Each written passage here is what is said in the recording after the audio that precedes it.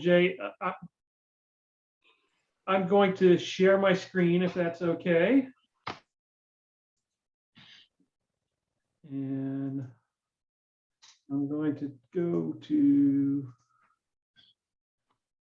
If everyone would please mute, that would be awesome. Okay, can you see my screen, folks?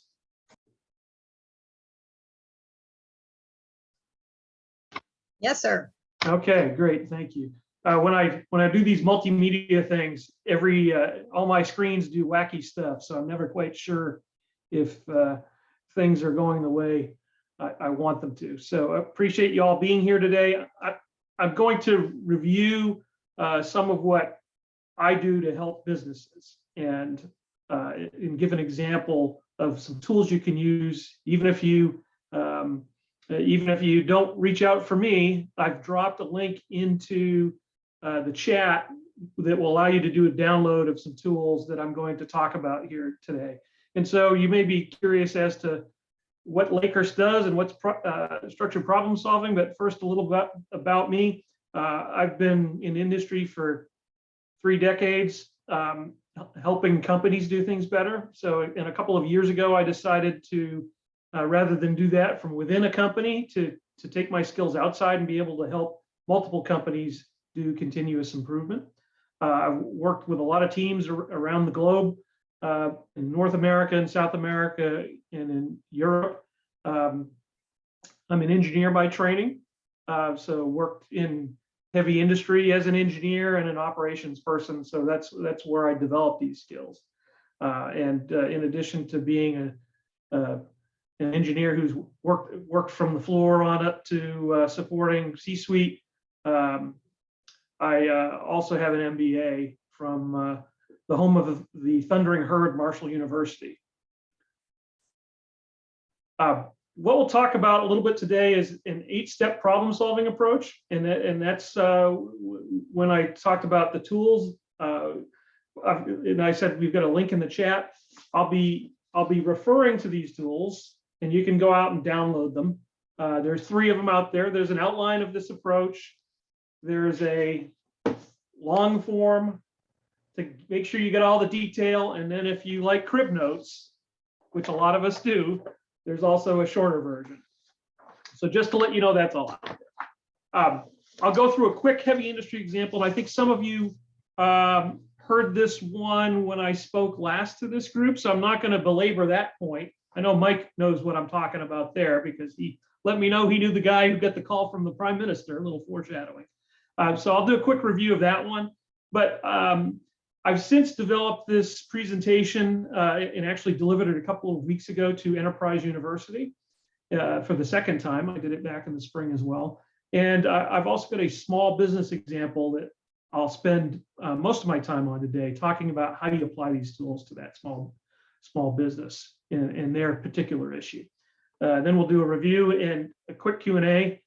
But that being said, if you have questions at any time, please feel free to interrupt and we can have a quick discussion point if you do have those questions. I find these talks to be much more valuable if there's good interaction between the people out there, hopefully receiving the information or challenging the delivery or asking about experience, than if it's just a talking head here like me going at it for 30 minutes. So I'd like to ask you all a question for consideration. We're all small business owners here, so you've probably had this sort of thought as you're struggling with day-to-day issues. What would it mean to you and your business if you could focus on strategies that drive growth and value rather than being bogged down with operating distractions and problems? So let that sink in a moment, and that's the context I want to talk about these tools in. Or said another way, what would it mean to you to experience increased productivity while resolving any outstanding operating issues? These tools, in particular, structured problem solving, is a way to get to that state of being. So we'll talk about the 8-step framework and the steps included therein. And as I said before, we'll talk about some tools and examples that you can use once you download them today. So some pretty straightforward, basic approaches that you don't need a whole lot of training to execute. So let's talk about the 8-step problem-solving approach. What's that mean? So first thing, even before step 1, is you've got to recognize that you have a problem. So something causing you pain, something eating away at your profitability, something that's preventing you from executing in the way you want to. Once that's risen to the level of, hey, I got to do something about it, these are the steps you would then use to attack it. So first off, I'm a very big believer in team approach. So if you have folks who work for you, those are the places to draw from to build your team to attack the problem. Usually it's a good idea to have people who come at it from different perspectives. So in bigger environments, you might have people from multiple functions within an organization, but if you're smaller, it may be just that small team you have. Or if you happen to be a team of one, you can use these same techniques as an outline, and then hopefully you've got a network of informal advisors who you can pull in if you've got some need to bounce questions off of people. And this gives you an outline and a place to start from to do that. Once you get your team identified, we want to go back and really think about what's the problem we're trying to fix. I remember back when I was taking a graduate level finance class, and I had a guy who was a Navy vet who was the professor. And he liked to write out these multi-paragraph word problems that were at the essence were buried finance problems. And you had to pick through all the words and decide what's the problem you're really trying to fix. Well, life in a lot of ways is a word problem. And it's picking through those details and boiling it down to something you can fix that's important. And in this case, when you have a team working on a problem, you want to make sure that everybody understands what the problem is. So you're all working to that same end. You can't get to a common solution if you don't have a common problem. So we want to define and describe it using tools such as mapping, brainstorming, and most importantly is making things visual. So you see things the same way. And we'll show some techniques around how you do that here in a moment. If this is an immediate issue that is wreaking havoc with your customers or clients, you may have to do a temporary fix, a Band-Aid, a workaround. And my best example for this is, have you ever had a flat tire? Assuming you have, the way auto manufacturers give you spares today is not how spares used to be. They're the little donut tire. And if you notice, if you've ever had to put one on, it's an odd size. It's designed with a certain high end speed and a certain number of total mileage that you can put on it, because it's there as a Band-Aid to get you someplace safe to address repairing that tire that you had the issue with. So I think of these temporary measures, containment, as that Band-Aid, that donut tire to get you by, which in essence buys you time to fix the problem the right way. So you may have some countermeasures you want to do up front to get you by while you have time to work on the bigger problem. So consider that as an interim solution. As you're starting to work on the problem, it's identifying, describing, and verifying the root causes. What is underlying and making this problem manifest itself? And in cases of business efficiency, it's things like extra inventory or defects or wasted time, or you might have to touch something multiple times when you would ideally want to touch it once. So those are inefficiencies in your system and in velocity from getting something from an initial stage to an end stage. So manufacturing, it may be we've got work in progress in an inventory someplace that we don't really need it. If it's paperwork, have you ever had your inbox pile up? There's an interruption in flow there. Something's not happening the way it should. So it's figuring out what's driving that to happen is the next step. Once we identify what those root causes are, we want to talk about how do we fix them. And oftentimes as part of this discussion is what do we fix first? Because if you've got a lot of potential root causes, you want to make sure you're working on the ones that give you the most benefit up front. And so there are tools to do ranking around that. Once we've selected what we're going to implement for an action, we want to put those in place. And we also want to check, did that action result in an improvement or not? And so we'll do that by comparing results. And it can be quantitative measures or it can be qualitative measures. So if it's quantitative, if you're a credit card processing company, for example, it may be the velocity through your system that things get processed, or a number of or a count of processing that happens. That's your metric to say, did I go from where I used to be to where I want to be or not, or am I someplace in between? What do I need to do to continue to make that better? The same can be true for an insurance processing or paperwork. We've used these same tools in doing hiring of people. So it's making sure you've got a metric to say, where was I? Am I better or not? How do I quantify that difference? Step 6. Once we've done some testing and make sure that works, we want to take those corrective actions and make them the way we do business in a preventative way and institutionalize it. So if it's a process change, you want to put that in place and make sure that those results are sustainable. And you can do that by, you want to put some methodology in place.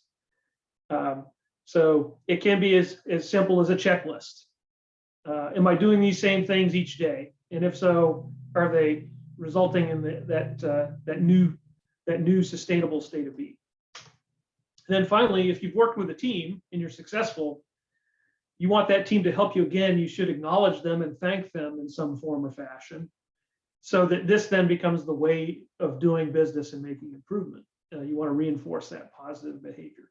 So at a high level, that's what the steps are. Let's talk a little bit about how those compare to some other problem-solving techniques quickly. Well, I guess I cut that out. So we'll go straight to my high-level mine case study that I know Mike knows the story here. I worked for a large salt mining company and fertilizer manufacturer for over a decade. And we had salt mines in the US, Canada, and the UK. And our mine in the UK, we had a year where things were very, very good from a salt business because it was really bad weather. So they had to put a lot of salt on the roads for safety. In fact, the usage was so high that they were at a level where it got the attention of the government to make sure that that supply was still there. And our managing director of our business there picked up the phone one day, and the Prime Minister of the UK, Gordon Brown at the time, was on the other end asking him to make sure that he was able to keep up that salt supply to keep the roads safe for the country. So that got his attention, as you might imagine. The fortunate thing for us was we knew we had an issue and we knew we had to attack it. In this case, as part of our mining operation, we periodically have to move our miner, and I'll show you what that looks like in a minute. You can see the miner in these pictures here. It's like moving a tank. It doesn't go very fast, and as we use it in the operation, we put equipment behind it that has to be removed. So that sort of action to do this move took us about a week. Well, we've got bad weather. We've got the Prime Minister calling us, and we've now are coming up on this change where we have low inventory and it's December. What are we going to do about it? So we needed a quicker result to keep the country safe. This graphic here shows you how we did the mining. It's salt is deposited in layers in all its deposits around the world typically. And in this case, the miner would chew up the top layer. We'd back it up, take all the equipment out from behind it, and then chew the bottom layer. So these layers are about 15 to 18 feet thick as they chew them through. So it's about 30 feet total that a miner would take out in this particular mine. But what caused all the timing was the equipment, the conveyors that are built behind that big device to move the salt from the face when it's chewed off down to a place where it can be hoisted to above ground and put in dump trucks and taken all over the country. So we did this several times a year. In this case, we couldn't afford to lose that week at that point in time. So what are we going to do? The good news is we got ahead of it. We followed those 8 steps that I described to you a moment or two ago. Got the right people together in the room, made sure we had a great problem definition. In this case, the way to contain the problem would have been to have inventory to ride out that week. Since we'd had a severe winter, that inventory had dwindled down to basically nothing, so you didn't have that luxury. So our Band-Aid wasn't available, or our donut tire wasn't available in this case. We went through to try and figure out, why does it take us a week to do this work? So we went through and looked at all the potential root causes for time consumed in that week. We chose actions, implemented them, tracked them, and then we'll talk about results here in a second. But as you can see in these pictures, we've got lots of stuff stuck on the wall. That's part of making that problem visual.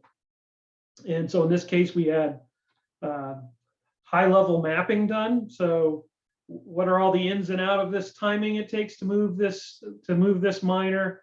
Who are the customers? Who supplies the steps or the inputs? And what are all the steps that happens in that week? So in this case, if you think of moving that miner, kind of analogous to the way you look at a NASCAR pit stop. And there are steps that have to take place during a pit stop, and there are steps that you do before and after that you don't do during the pit stop, primarily so that pit stop takes a minimum amount of time. We approached it in the same way. We made it visual. We knew where the issues were, and we created a plan to go forth and make sure that the next pullback was timely. So we did that. We did it from a mapping. We mapped all the steps, who's doing what when. We used that to then figure out where's the waste and where are the issues, created and executed the actions, and then modified the plan. So in our case, we went from a week when we did it, designed it and said, we think we can take out at least half that time, went forth and executed, and over a couple different iterations, we were able to get that week down to just over a day. And we did that by identifying where are the conflicts, and they were primarily with people and equipment. So if you had somebody who needed to be at the same at 2 different spots at the same time, we went and figured out how do we resource that. And in one instance, we found that the conflict was among equipment, and we needed to have a fork truck at 2 different places at the same time when we only had 1 fork truck. So the solution was, okay, plan ahead, get something else to move that equipment, and then decouple the action that has to take place during the movement of that miner to minimize the time that miner is not actually working. So the team here, and I was glad to be over there and a part of this exercise, taking the picture, so you don't see me in it. But we had basically a 6/7 reduction in time required. So you may say, okay, well, that's cool, but what's this got to do with me? So we'll talk about that in a moment. But I want to give you a little bit of detail on some of the tools that were used and can be used in this sort of exercise if you're looking to make improvements. So in the link, and hopefully everybody, I've put it out there twice, but I'll try and put it in there again because I know in the chat, you may have missed it if you logged in a little bit later. I've got 3 tools. I've got a current version of the tool that you see on the screen out there that's a worksheet. And what I'd stress in using a sheet or a tool like this is it's a guideline. And you can take it and modify it in any way. It's just out there to make you think and to give some structure to your thinking. So this particular worksheet that you see here steps you through the eight steps of the structured problem solving exercise. And it makes you in this long form think about what's the problem, and to define what's the problem, what's not the problem as well. So it comes at it from a couple of different angles in the long form. Dan, I have a question. Go ahead, MJ. Did you design that sheet and put that all together? No, as everybody who's in this industry, I'm really good at borrowing stuff. Okay. So it does have some spins and modifications based on my experience, but the sheet, if you really trace back the origins of this, it goes back to the automotive industry, and in particular Ford, working with a company, and now I'm drawing the blank on the outside consultant who helped them, but it's a big outside consultant back 40, 50 years ago. So there's been some evolution of these tools over time, and we tweaked it as well over the last 15 years based on our experience. But it's pretty well proven out there in general industry.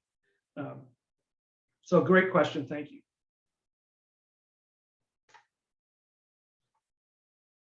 So another tool that you saw in the background of that example was a process map. And so if you've done any sort of whiteboarding or butcher paper exercises where you get stuff up on a wall, this is one way of doing that, but it has a little bit more structure to it. And this is used for if you've got something that's going from point A to point B in some form or fashion. So this could be, I'm going to manufacture something. It could be I'm going to process a form. It could be, we used it in my last business to look at in our operation for highway salt.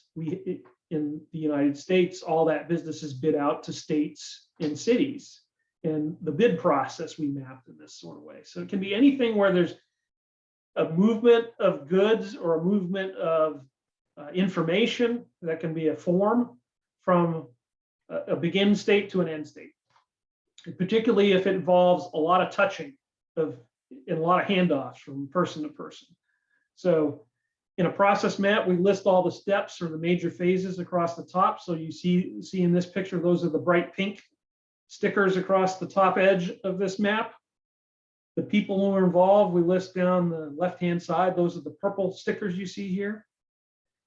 Within each phase, we'll list out all the actions. So who's doing what, and put that up. Those are mostly shown here in the yellow. And then we'll draw lines as those items move from one person in one step, one action to the next. And we identify where we have breaks in flow. And so that can be due to, we have inventory pile up. That could be your inbox getting filled with stuff. That can be, hey, I've got to make a decision and it takes time for that to happen, where I have some sort of institutional decision that has to happen. And those decisions in here are the orange diamonds. We want to figure out what's interrupting the flow and where the flow isn't happening the way it should. And those are the places we go in and say, here's where we put some brain power to work to figure out what are the actions that need to happen to make that flow go more quickly, or to make that decision more automatic based on some criteria. And once we do those improvements, we create a future state. So it's a good tool if you're trying to get your head wrapped around stuff and make it very visual for lots of people to see all the interactions, particularly if you get a lot of different people from different departments involved. And you can start to see things as a whole rather than just my piece of doing things. And oftentimes you'll find out this is where maybe one group has sub-optimized things for everybody else just to make their life easier. In a business, we've got to make it all work together. So this raises some of those sort of issues. Another tool is a value stream map, similar approach, only in this case, we're going to look specifically at the interaction of information and whatever it is we're specifically trying to move from point A to point B. And we're also looking at what the time is involved in each step. So you see here across the bottom that we have value added time and non-value added time. And if we look at those totals in this particular process, we had value added time where we're making things better of 6 minutes, but it took our process 10 days to work from beginning to end. So that tells you you've got some opportunity there to figure out why is that? Because that 10 days is probably costing money. If it's physical goods you're storing, that's inventory that has a value to it. That's warehouse space that you're renting on a square footage basis that has a value to it. It may be that the value is in, if I can turn this around more quickly, my customers are going to be happier. If it's just if it's an application process or some sort of other functional flow. So it's a great tool to see what are you doing to make things better for your customer, and what are you just burning time for no reason for, and try to make some choices around that. Next diagram or tool is the spaghetti diagram. And this is around motion. So this is a nice, easy one to understand. Hey, if I'm moving paper through my office, let's track it from where it starts to where it ends and all the moves in between. If it's a physical good, what's that flow? If it's you going into Starbucks and watching that cup of coffee that you ordered move around, how many stops does it make? And how many interactions does it have with the other cups of coffee that are being made at the same time that are causing some inefficiency amongst the movement of the folks? So if you're looking for motion conflicts, this is a great way to make them very apparent. So you can see without any training at all that the after is a whole lot better than the former. Because in this instance, this was moving salt blocks that were manufactured at our site in Utah with fork trucks. And we had a lot of bumping into each other that we made some changes and reduced that frequency to make things flow better. A real easy way is to video things. So just set up your phone and track it if you have something that progresses over time. Okay, here's another good tool if you're trying to track down cause and effect. So this is would be within one of the steps of the 8-step process. This cause and effect diagram is also known as a fishbone, because if you look at it, that box on the right kind of looks like the fish head, which is fed by the spine, which is fed off all the bones on either side of it, right? So this is a tool. It's also to provide some structure to your thinking if you have an issue. So it's one of the tools used for generating root causes and corrective actions. So in this case, this example, if you're driving your car and it's not functioning the way you want it from a mileage perspective or gas consumption. So what are some of the things that could go into that? Well, Fishbone has some structure to it for listing potential causes in categories. So the 6 M's. So those M's are method, environment or mother nature, material, measurement, machine, and manpower. So what are the potential causes of poor gas consumption in those areas? And you see things like, if I'm a driver and my methodology is to ride the brakes or jam on the gas when that stoplight goes green, those might be some methodologies that are driving poor gas consumption. Can be weather, can be, am I using the right gas? Can it be, I've got a car full of people sometimes or most of the time, and so the weight is higher, and can be a manpower. So the point is here, just like that long form I shared with you, there's no right or wrong here.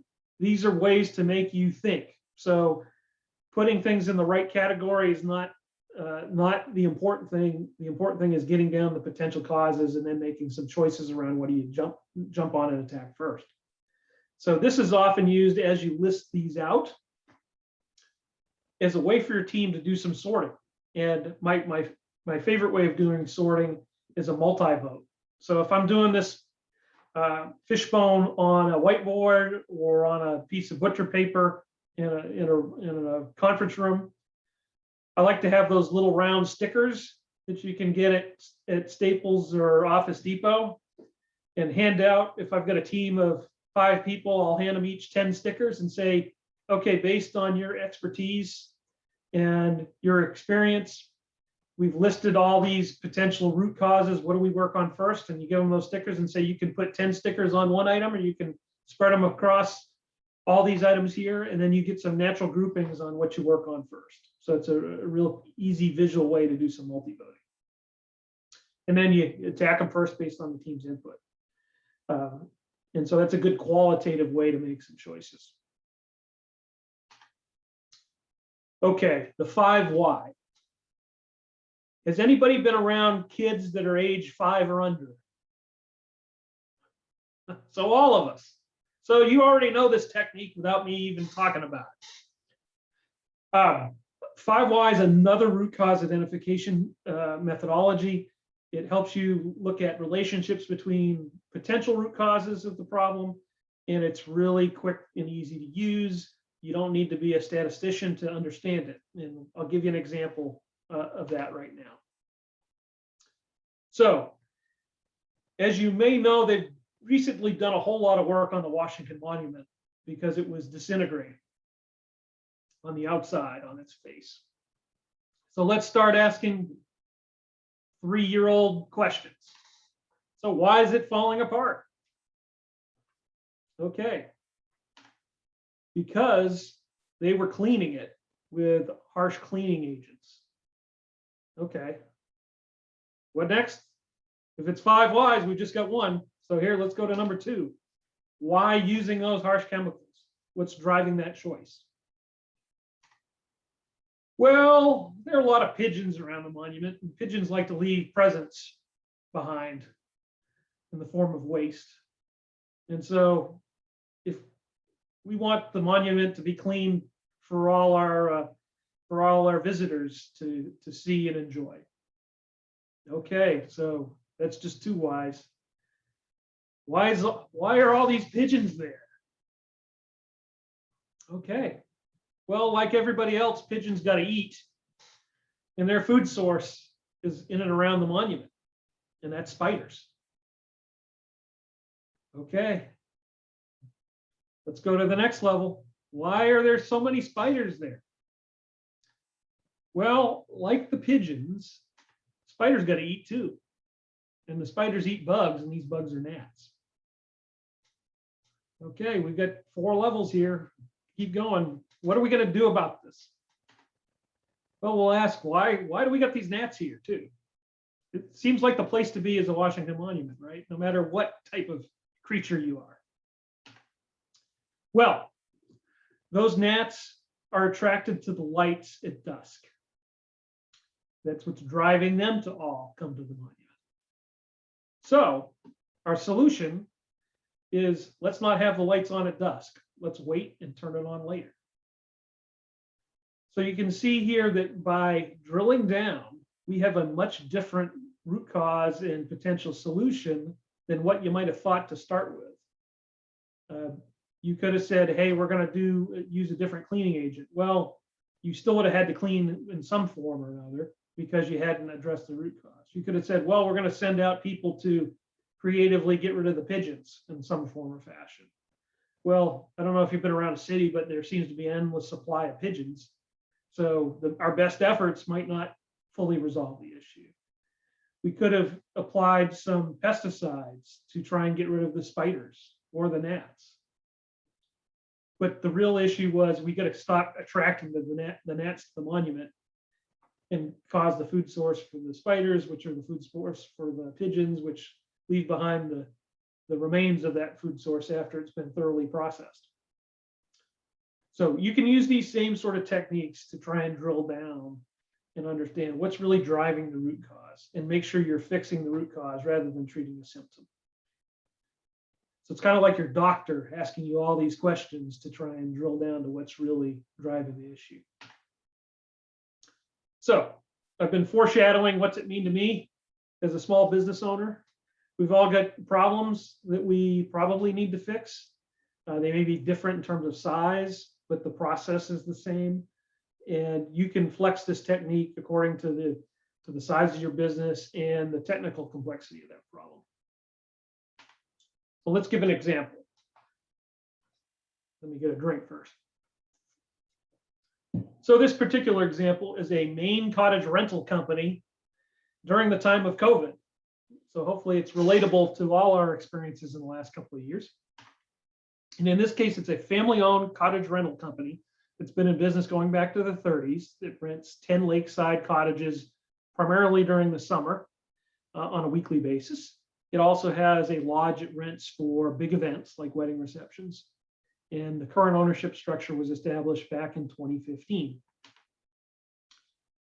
So as you all remember, in March of 2020, the world shut down, and the state of Maine was no different. Perhaps the slight difference was in how they reacted to it, in that they shut down access to the state unless you were from either New Hampshire or Vermont. In order to come into the state, you had to have either a negative antibody test, or you came in and hid yourself for 2 weeks. And they also restricted at the same time from their rules large gatherings of large numbers of people. And so on a de facto basis, Maine shut down their tourism industry from March to the end of June. And for those people who wanted to reopen at the end of June, they had to have their standards in line with the CDC guidelines and in a way to prove it. So why is this important? The name of the cottage rental company is Lakehurst Properties, LLC, and it's owned by the Pinkham family. So I had a little vested interest here, as you might imagine. So what steps did we go through? And I'll go through these rather quickly because you're getting the concept here. We had a team. That team is the 8 members of the LLC that owns the company. And we consisted of high-level business management functions. We had daily operations, including guest relations. We managed cleaning crews on our turnover days, which are Saturdays. We have functions for doing marketing, including our website, and then we have our bookkeeping function. So we had various roles coming together that needed to work together to understand and deal with this problem. So let's go back to the definition stage, and you can find this in both the long and the short forms that are out there for sharing. Who's affected? Well, it's certainly the people who are staying there, potentially the people who are working there, and then of course the business owners.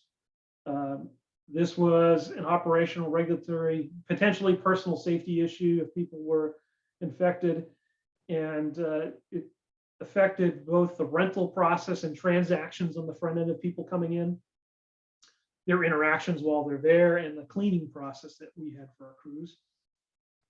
Why is this a problem?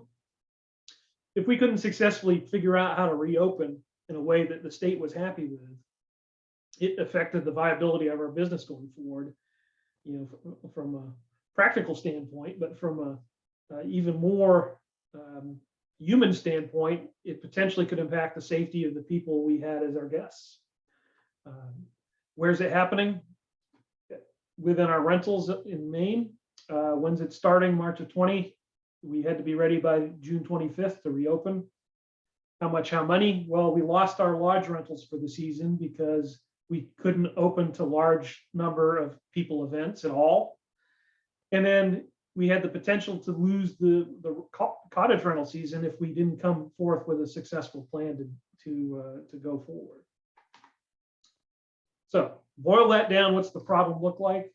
Our team needed to determine the steps to proactively manage our summer rental properties in a way that kept both the guests and workers safe, met the state health and business guidelines, and allowed us to maintain some level of revenue to be a viable business in 2020 and beyond.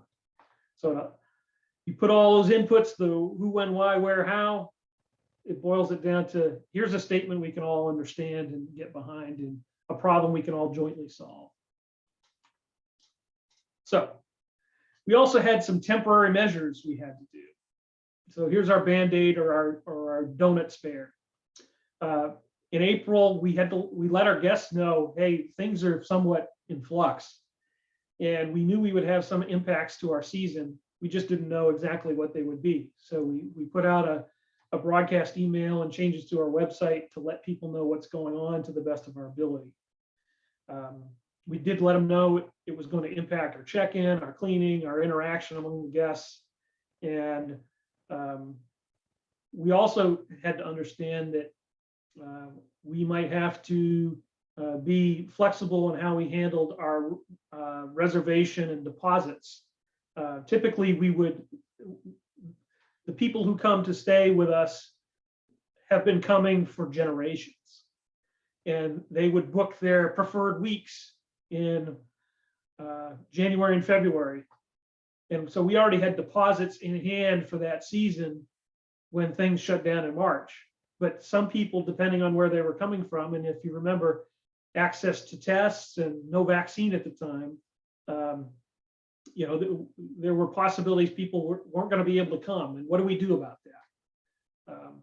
And how do we maintain that relationship going forward? So we said we know we're gonna have some back and forth, so please bear with us while we sort it out. And we promised to do updates, which we did. Dan, let me stop you for a minute. Go ahead. If anybody needs to get off, it's 12:30, but we can keep on going, and I want you to finish up. Yeah, well, thank you for your allowance. I know I get going here, so and thanks for taping, because that means if people do need to drop off, we'll get to the end and we can certainly share it afterwards. So cause was COVID. We weren't going to fix that, but we did have to address what we could in terms of corrective actions. So in this case, we turned the fishbone from a source of looking at potential causes into one we could use to categorize potential solutions for the problem. So I'll go through each one of the M's here. So methodology, what did we do to minimize the impact on our business and make sure we had a safe environment? Well, off the top, we allowed people to cancel and get their deposits returned, or they could just say, roll it over to next year. We went through and developed policies and procedures for cleaning and interaction. We developed checklists to make sure that after our cleaning was done of our units, that we went back and had hit everything. We changed our check-in process. We were somewhat loosey-goosey, I would say, and we started a structured check-in at a set time, at a set location, which was outside, to allow us to go through the paperwork and agreement. And also, since there's some enforcement of the state's requirements around testing, we had to be somewhat of a cop as well. Additionally, from a methodology perspective for those cancellations, now we're in the season, how do we rent those places that we would normally have rented months before? We turned to Vrbo and use that as an alternate booking, because we found now that if people couldn't come in from outside of northern New England, we had people who had been trapped in northern New England for 3 months who wanted to do something different, who was now a potential market for us to get out of their home that they've been trapped in for months. So second M, manpower. We did some changes to our cleaning crews and how we manage those and how they interacted with one another. Third M, machines. Well, we didn't really have a machine that covered this explicitly, but we did go out and say, hey, we're going to do disinfecting fogging after each cleaning to make sure surfaces, since surfaces were still in play at the time, had kind of a double treatment. So we bought a fogger to do that. And as you might expect, all those purchases were back ordered. So we found one to borrow in the time it took us to actually get our hands on it. So M for Mother Nature. We had a new check-in process, and we did it outside the lodge where people would sign the agreement. We would make sure people had followed the state guidelines for coming in. We listed all the guests because we'd have to do contact tracing if something went wrong and want to know who was there. And we'd also settle the bill up front, so we wouldn't have to go chasing people in and out of their cottage rentals to get paid. Measurement was one that really didn't specifically apply, but in that category, we put in our check-in time changes and stopped the rolling check-ins. From a materials perspective, so these are furnished cottages with the exception of linens that the guests bring their own. So we made sure that for cleaning, we had cleaning supplies ahead of time, ahead of the season starting. We made sure that the kitchen contents in the units were the bare minimum, so we would minimize the cleaning we would have to do during those turnovers. We removed any extraneous furnishings, blankets, etc., to try and minimize the impact that would have and the washing we would have to do during those turnovers. We then put those actions in place at the last weekend of June, which is, as you might expect, ahead of the most popular weekend in the summer of July 4th.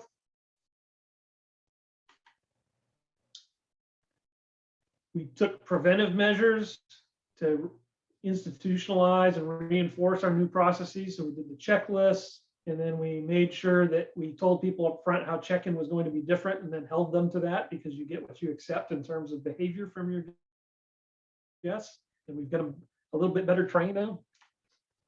So let's talk about what was the result. We were very happy that we were able to keep our revenue level with the prior year, despite all the issues we had. We were able to book more than 90% of weeks that came open due to cancellations.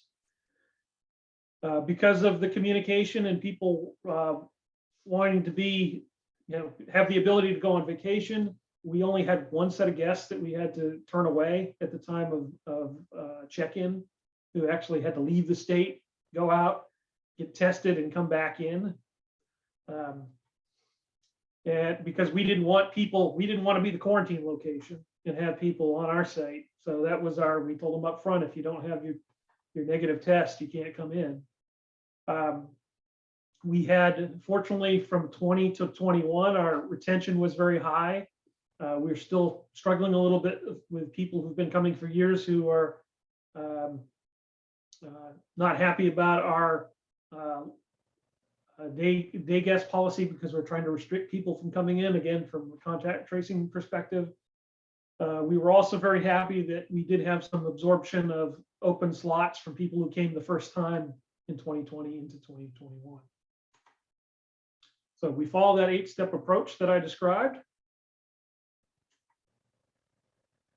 And I think it's one that we can all follow in our businesses. So I'm at the end. So for the survivors of our session, any questions that I can help you with? Great information. Thank you, Dan. That was an awesome explanation of how you took it and made it, personal for one. Where is this lake house, or these lake? It's in Maine, on the coast of Maine, about an hour north of Portland, if you follow US Route 1. So it's about, from where I sit, about 1,500 miles. So I'm not going to hop in my car and get there tonight. But if you're looking for a spot to go vacation in and haven't been to the Northeast, it's certainly Maine's a great place to go, even if you don't stay at our facility. Right. So Dan, how in the hell did you pick that place to have a business? It's family. That's where I'm from originally. Oh, okay. So the cottages open. It was originally it was a distant relative. So the great aunt of my dad owned that facility going back to about the turn of the 20th century. They had put in several of the original cabins. There were 5 original cabins that were part of a boys' camp that lasted for less than a decade. When the boys' camp dissolved, the lodge was created as a restaurant, and it was actually a barn, which was moved from its original location attached to what we call the manor house, moved about 1/8 of a mile away with a team of oxen, and the outbuilding shed attachments were built off the barn, so now it can seat 400 people according to the fire code. So that opened as a restaurant, was a restaurant for a very brief period of time, and then became a dance hall from the 30s through about 1980.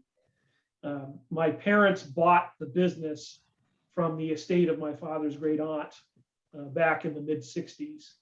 And so that's the property I grew up on. Cool. And, How neat. and we became, my aunt and uncle were co-owners with my parents. And when my uncle passed away, my aunt sold her half of the business to my brothers and I. So now we have, my parents own 50%, and my brothers and I own the other 50% with our spouses.